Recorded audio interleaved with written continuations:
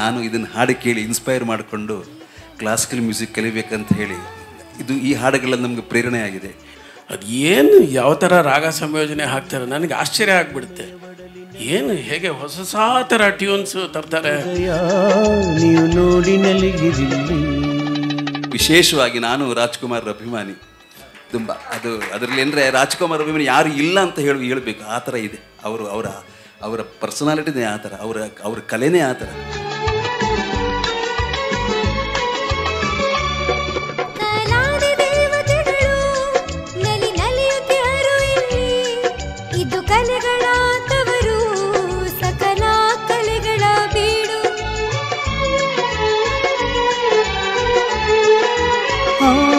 ಒಮ್ಮೆ ಧರಣಿಗೆ ನಮಿಸಿ ಒಳಗೆ ನೀನು ನಡೆ. 28ನೇ ಶಾಖೆಯನ್ನ ಓಪನ್ ಮಾಡಿದ್ದಾರೆ ಪಾಕಶಾಲಾ. ಇವತ್ತು ರುಚಿ ಬೇಕಾ ಪಾಕಶಾಲೆಗೆ ಬನ್ನಿ ಈಗ. ಶುಚಿ ರುಚಿ ಅಡುಗೆ, ಬಿಸಿ ಬಿಸಿ ಅಡುಗೆ. Pakashala is the best in town. ಮನೆಯೂಟ ತರ ರುಚಿ ಬೇಕಾ ಪಾಕಶಾಲೆಗೆ ಬನ್ನಿ ಈಗ. ಶುಚಿ ರುಚಿ ಅಡುಗೆ, ಬಿಸಿ ಬಿಸಿ ಅಡುಗೆ. Pakashala is the best in town.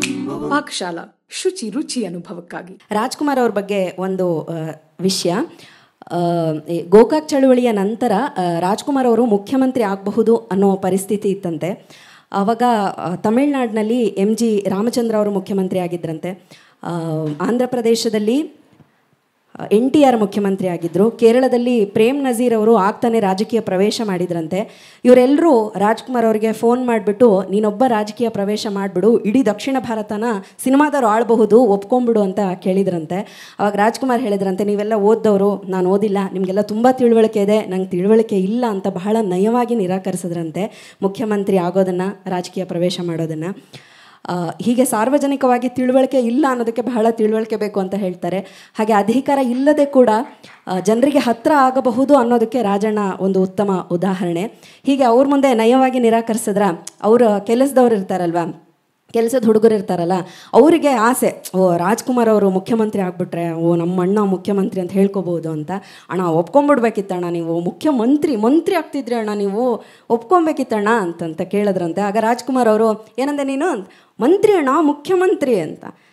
ಆಗ್ಬಿಟ್ರೆ ಅಂತ, ಮುಖ್ಯಮಂತ್ರಿ ಅಣ್ಣ ಮಂತ್ರಿ ಆಗ್ತೀರಾ ನೀವು ಅಂತಂದರೆ, ಹೋಗೋ ಹುಚ್ಚಪ್ಪ, ಜನ ಎಲ್ಲ ಸೇರಿ ನಾನು ರಾಜನ್ ಮಾಡಿದ್ದಾರೆ, ನೀ ಹೋಗಿ ಮಂತ್ರಿ ಆಗೋ ಅಂತೀಯಲ್ಲ, ನಾನು ರಾಜನಾಗೇ ಇರ್ತೀನಿ ಅಂತ ರಾಜ್ಕುಮಾರ್ ಅವರು ಹೇಳಿದ್ರಂತೆ. ಹಾಗೆ ಕನ್ನಡಿಗರ ಅನಭಿಷಿಕ್ತ ರಾಜ ರಾಜ್ಕುಮಾರ್ ಅವರ ರಾಜ ನನ್ನ ರಾಜ ಚಿತ್ರದ ನವೋದಯ ನಾಗರಾಜ್ ಅವರು ಹಾಡುವ ಹಾಡು ನಿನದೇ ನೆನಪು ದಿನವೂ ಮನದಲ್ಲಿ. ಸಾಹಿತ್ಯ ಚಿ ಉದಯಶಂಕರ್, ಸಂಗೀತ GK ವೆಂಕಟೇಶ್, ಮೂಲಗಾಯಕರು PB ಶ್ರೀನಿವಾಸ್. ನಮ್ಮೆಲ್ಲರ ಪ್ರೀತಿಯ ಸ್ವಾಗತ ರಸಪ್ರಶ್ನೆಗಳ ರಾಜ ನವೋದಯ ನಾಗರಾಜ ಅವರಿಗೆ. ಎಲ್ರಿಗೂ ನಮಸ್ಕಾರ. ನನ್ನ ಹೆಸರು ನಾಗರಾಜ್, ನವೋದಯ ನಗರದಿಂದ ನಾನು ಬಂದಿದ್ದೀನಿ. ಕಲಾಭೂಮಿಯ ಈ ವಿಶೇಷ ಸಂಚಿಕೆಯಲ್ಲಿ ನಾನು ಕೂಡ ಹಾಡ್ತಾ ಇರೋದು ನನಗೆ ಹೆಮ್ಮೆಯ ಸಂಗತಿ.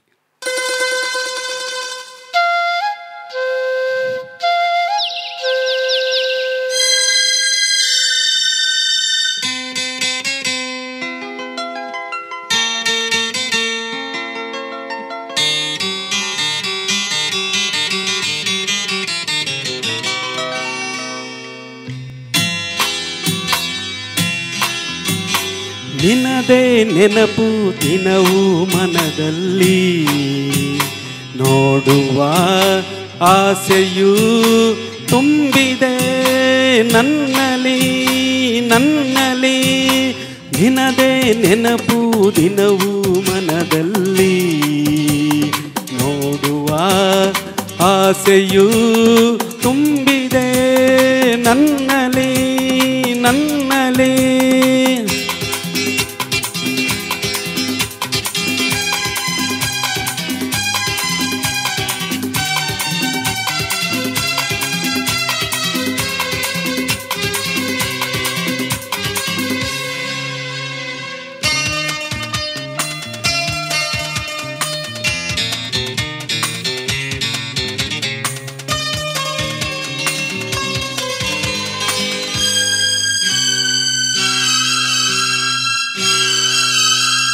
ತಂಗಾಳಿಯಲ್ಲಿ ಬೆಂದೆ ಏಕಾಂತದಲ್ಲಿ ನಾನೊಂದೇ, ತಂಗಾಳಿಯಲ್ಲಿ ಬೆಂದೆ ಏಕಾಂತ ಏಕಾಂತದಲ್ಲಿ ನಾನೊಂದೇ ಹಗಲಲ್ಲಿ ತಿರುಗಿ ಬಳಲಿದೆ, ಇರುಳಲ್ಲಿ ಬಯಸಿ ಕೊರಗಿದೆ, ದಿನವೂ ನಿನ್ನ ನಾ ಕಾಣದೆ. ನಿನ್ನದೇ ನೆನಪು ದಿನವೂ ಮನದಲ್ಲಿ, ನೋಡುವ ಆಸೆಯೂ ತುಂಬಿದೆ ನನ್ನಲ್ಲಿ ನನ್ನಲ್ಲಿ.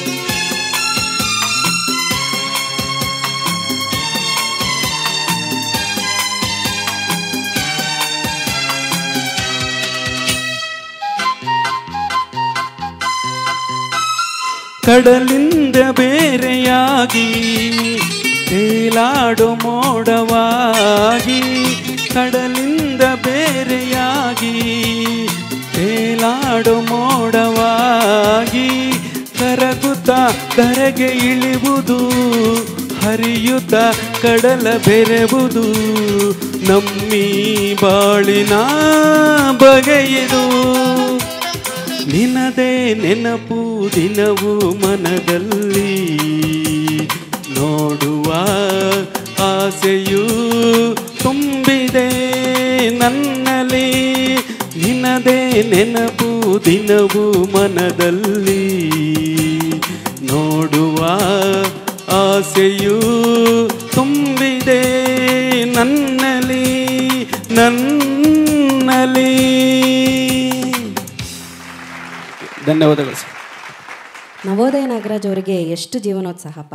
ಬೆಳಿಗ್ಗೆ ತುಳಸಿಯವ್ರ ಜೊತೆ ಒಂದು ಗೆಟಪಲ್ಲಿ ಹಾಡಿದ್ರು, ಆಮೇಲೆ ರಸಪ್ರಶ್ನೆ ಕಾರ್ಯಕ್ರಮವನ್ನು ಅದ್ಭುತವಾಗಿ ನಡೆಸ್ಕೊಟ್ರು, ಅದಾದಮೇಲೆ ಮಧ್ಯಮ ಪಾಂಡವನಾಗಿ ಮಿಂಚಿಬಿಟ್ರು ವೇದಿಕೆ ಮೇಲೆ.